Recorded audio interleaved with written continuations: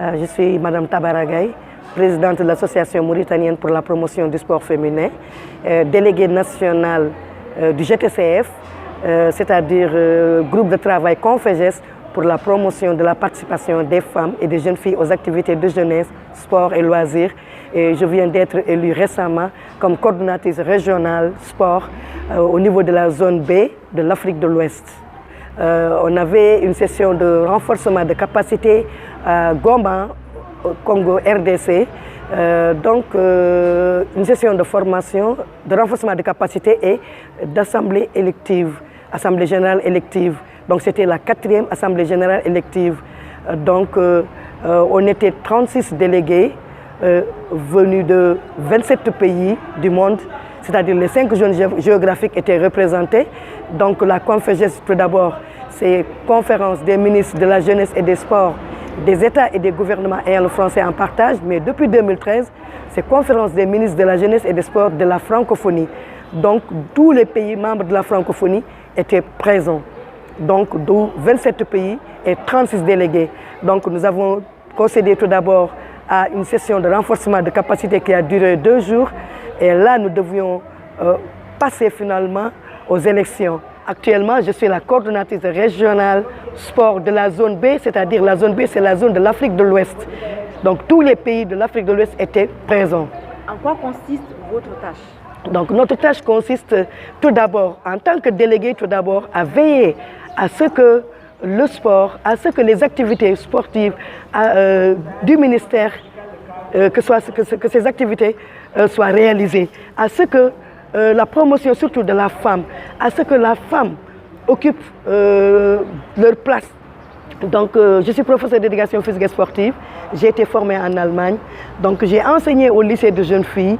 Tout d'abord, j'ai été aussi c'était que la condition féminine avant d'être MASEF.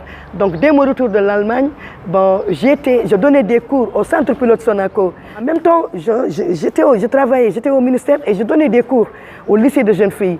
Et je donnais aussi des cours partout à travers la Nouakchott, les écoles, les instituts. Et encore ce qui m'a beaucoup marqué, c'est les différentes associations de femmes qui existent dans les différents quartiers. Ces femmes m'invitent en tant qu'association de quartier est là pour me demander, pour me poser des questions, pour dire que le sport est haram. Pourquoi, madame, vous faites ce sport? Et là, c'est un plaisir pour moi d'expliquer à ces femmes quels sont les bienfaits du sport. Et moi, pour moi, c'est un plaisir de parler avec ces femmes, de les expliquer. Et même, j'arrive à convaincre les parents de ces femmes-là. Et même, j'arrive même à obtenir une chose qui est très importante, c'est-à-dire que la fille, à travers ma sensibilisation, va sensibiliser de son côté ses propres parents et même faire appel à moi pour que je vienne dans les maisons sensibiliser les parents.